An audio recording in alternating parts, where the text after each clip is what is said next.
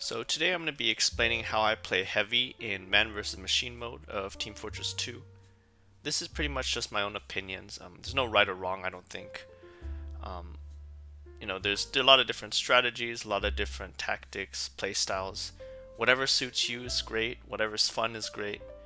This is just how I like to play, and generally speaking, I tend to get decent amount of points, decent amount of damage output. So I feel like I'm doing something right. And if you're new, this might be a video you could consider watching. So the next thing I wanted to talk about is your loadout. The primary weapon is the most important for the heavy. The default minigun is honestly perfect, it's fine, or anything comparable. The brass beast is also really good as well because of the extra damage, though it does tend to slow you down a little bit. Tommy Slave is fine, but I'm not a huge fan of the lowered attack speed. And then the Huolong heater is kind of like a fun item. And then Natasha is good situationally for like giant scouts or any units that's really fast. Huolong heater, it's mostly just like a challenge item. I like it, but the problem is it uses ammo really quickly. So next one is your secondary. Any food item is fine in my opinion. I use it as a support item where you can drop it and then give your allies a quick heal. I don't like to use it on myself because the few seconds that it takes to eat, I could be using that time to do damage instead, so I think it's a waste of time. And for melee, I prefer using the Fists of Steel for that ranged durability. Gloves of Running Urgently is also good as well because it gets you places faster, though that does give you a little bit more vulnerability. But honestly, it's not that big of a deal. I don't really use melee for damage anyways, so it's not something high up on my priority list. So the next we have are the upgrades. In my opinion, the most important upgrade you want to do and focus on is upgrading your minigun. When you're first starting off in the early levels, I like to upgrade maybe like fire speed and then squeeze in a few extra ammo as well. Then I maybe move on to projectile penetration or destroy projectiles depending on the enemy that I'm fighting against. So projectile penetration allows your bullets to go past a unit and then hit another unit behind it. And then destroy projectiles allow you to shoot like say rockets from soldiers or grenades from demo men, and then that'll destroy their projectiles basically. Knockback rage is also really good, but I find it kind of hard to charge up in the early levels. So maybe you can save that for later. But once again, this is all situational and it also just depends on your playstyle. Knockback rage is good for keeping units pushed back and then maybe even knocking them like bomb carriers into like a hole or something like that. That way they can be delayed and then reset the bomb. In terms of upgrades for heavy himself, I like to prioritize resistances. So if I'm fighting like soldiers or demo men, explosive damage, then I will go for blast resistance. And if I'm fighting say like heavies or snipers or scouts or something like that, then I'd prefer bullet resistance. And then I also like some health regen just for the extra survivability and durability. And then for the others, it's mostly situational. Movement speed and jump height, I'd spend that if I have some extra money lying around. Otherwise, I might get some fire resistance or crit resistance. Fire resistance if there's obviously like pyros, and then crit resistance if I'm fighting like crit charged units. So that's basically the glowing weapon units.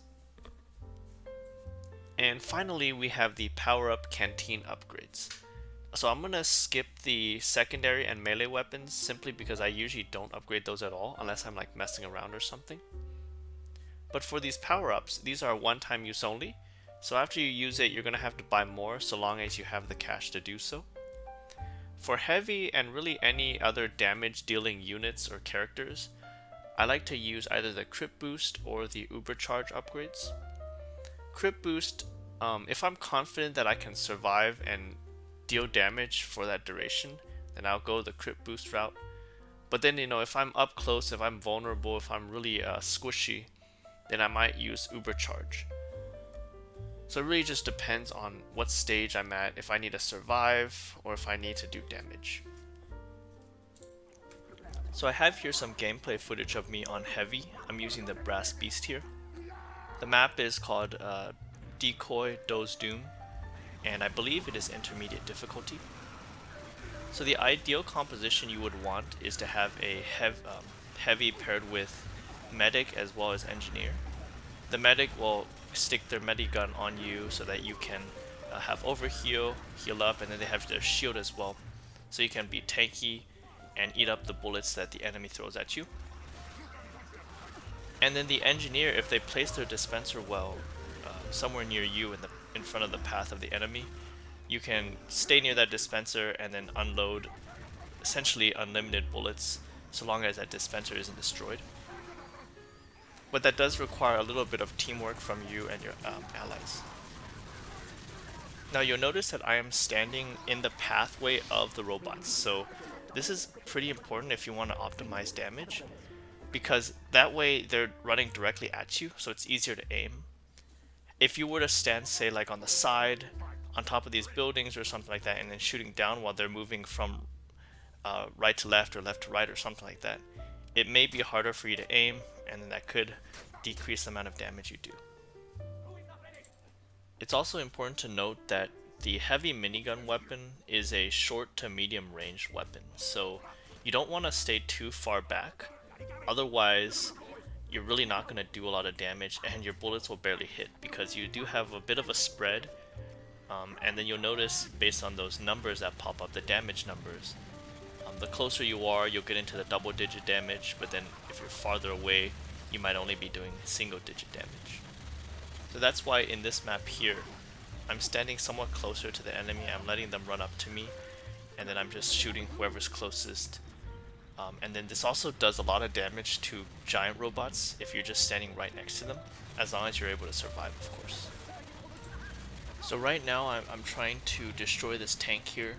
Unfortunately the heavy isn't that good of a tank buster or tank killer. The tank naturally does have a lot of resistances to bullets, so it's better to just let your pyro or your soldier or demo man do most of the damage.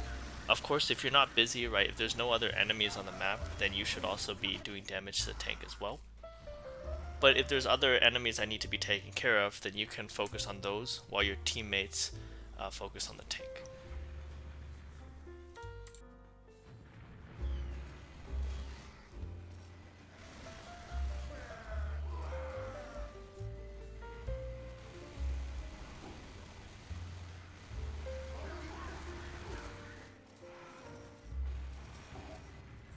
So there are some giant scouts on this level here. Luckily we're just playing on intermediate difficulty, so we were able to get rid of them rather easily. However, if you're playing on advanced or expert, this might get a little bit harder. They could easily overwhelm your defenses and slip past in the blink of an eye. However, luckily for heavy, not only do you have the Natasha, heavy is a heavy guy, so he can actually block giant scout movement if you stand in the right position. And by doing so, that could delay them and then give your teammates and yourself some extra time to deal damage and destroy them.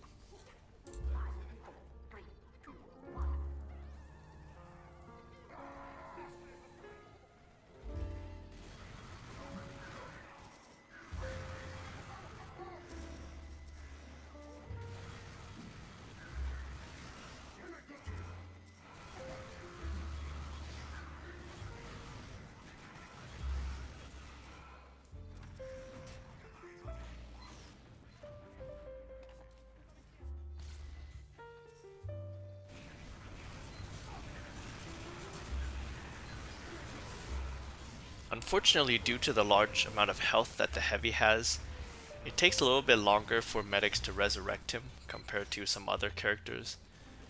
So I don't really want to wait, I usually just skip the resurrection and go back, unless it's like an urgent thing.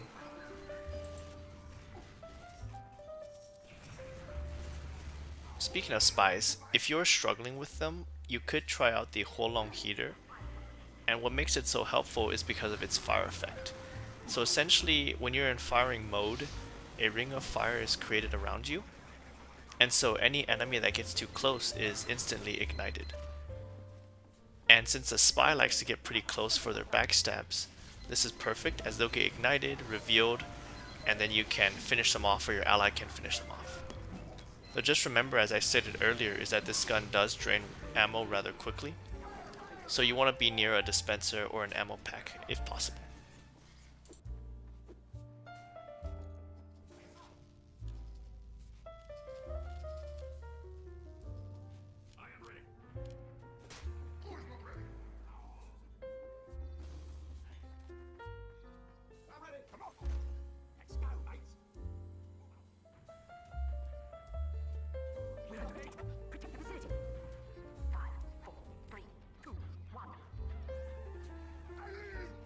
If you can see here, a lot of the enemies so far have been pretty close range. They're like melee, demo men, or pyros or something like that.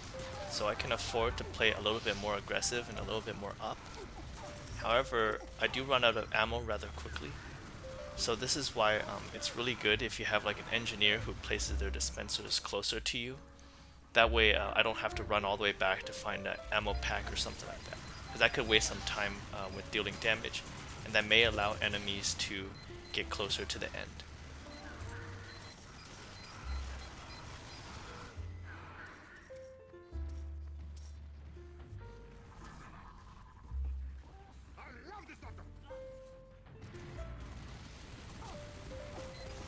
On this wave, I also bought a whole bunch of Uber charge upgrades, and the reason why is because of those giant heavies, giant soldiers.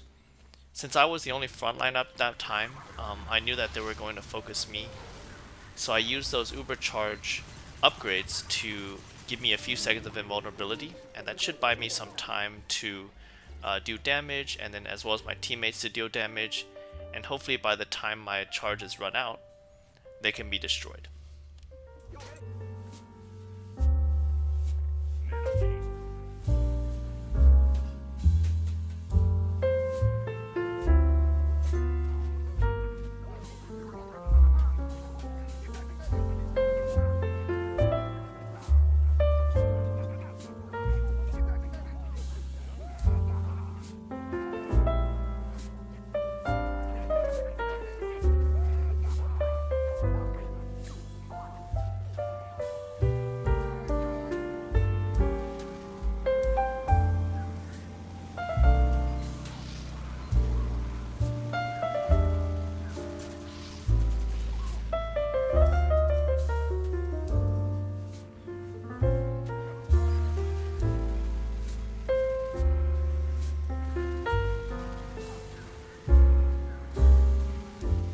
At this point of the game, I still haven't upgraded the pushback upgrade for my minigun, and the reason why is because I felt like we really didn't need it.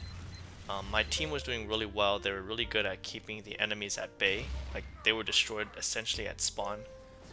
So I didn't need any additional crowd control to keep them back or push them back. Instead, I just spent the money on other upgrades.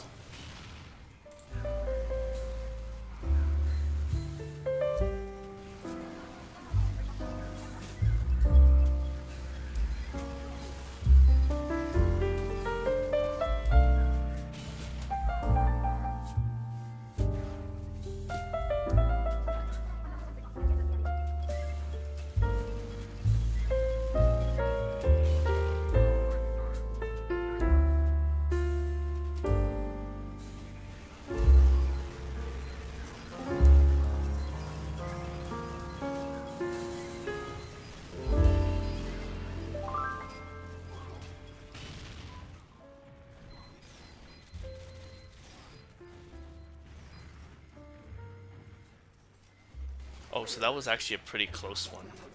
But yeah, you definitely want to keep an eye on the bomb and the bomb carrier, because sometimes, understand, we'll get, caught up in the heat of the moment and then lose track of the bomb, and then last thing you know, they get to the end and end the game or something like that. And unfortunately, as a heavy, you are pretty slow, so if they get far enough away, it might be really hard to catch up to them.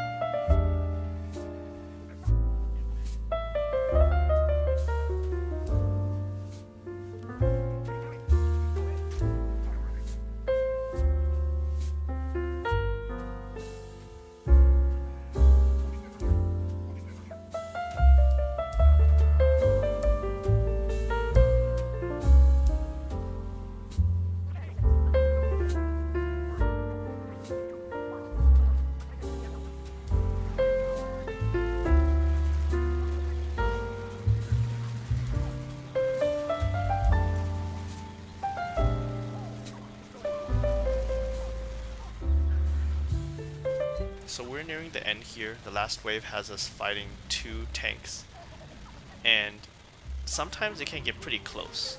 If you don't focus damage on the tanks, they can get to the end and there's like half a health bar left and there's no way you destroy it and it just drops a bomb. So you do have to balance out, priorities here. Like, should you be focusing on the tank? Should you be focusing on the robots?